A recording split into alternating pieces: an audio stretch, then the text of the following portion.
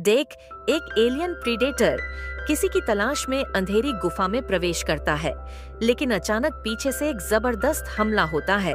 दोनों के बीच भयंकर लड़ाई होती है और अंत में डेक हार जाता है।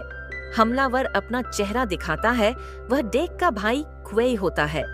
इसके बाद दोनों एक स्पेसशिप में बैठते हैं और एक अलग ग्रह पर पहुंचते हैं, जहां उनका पिता सामने आता है।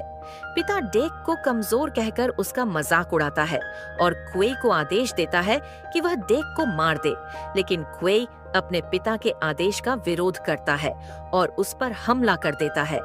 गुस्से में उनका पिता क्वेई को बेरहमी से मार देता है। डेक किसी तरह अपने जहाज में भाग निकलता है, लेकिन वह एक अजनबी ग्रह पर क्रैश लैंड हो जाता है। डेक बस एक ही बात सोचता है, खुद को साबित करना।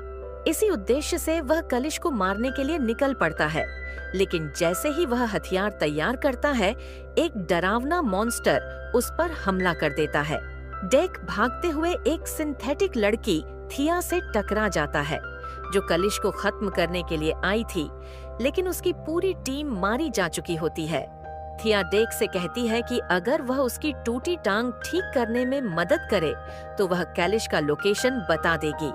यात्रा के दौरान डेक और थिया कई खतरनाक मॉन्स्टर्स से लड़ते हैं और एक छोटा बंदर उनका दोस्त बन जाता है। अंततः वे कालिश की गुफा तक पहुंचते हैं। थिया अपना आर्टिफिशियल लेग जोड़ती है और डेक कालिश से लड़ने आगे बढ़ता है।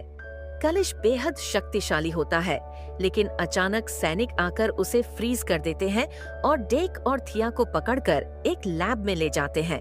लैब में थिया की बहन लीसा डेक को रिसर्च के लिए इस्तेमाल करने का फैसला करती है। थिया उसे रोकने की कोशिश करती है, लेकिन रात में वह चुपके से डेक को आजाद कर देती है। डेक थिया को बचाने के लिए शक्तिशाली हथियार बनाता है। इस दौरान छोटा बंदर कालिश की बेटी होती है। डेक लैब में जाकर एक एक करके दुश्मनों को मार देता है और थिया को बचा लेता है। लीसा वापस आती है और डेक पर हमला करती है, लेकिन कालिश आकर उन्हें बचा लेती है। उसके बाद लीसा को मार देती है। जब सभी लोग सोच रहे थे लीसा मर गई, तभी कालिश अचानक से फ्रिज होने लगता है। अंदर से लीसा बाहर निकलती है और थिया को मारने के लिए आगे बढ़ती है। गुस्से में कालिश की बेटी उसे हमेशा के लिए खत्म कर देती है।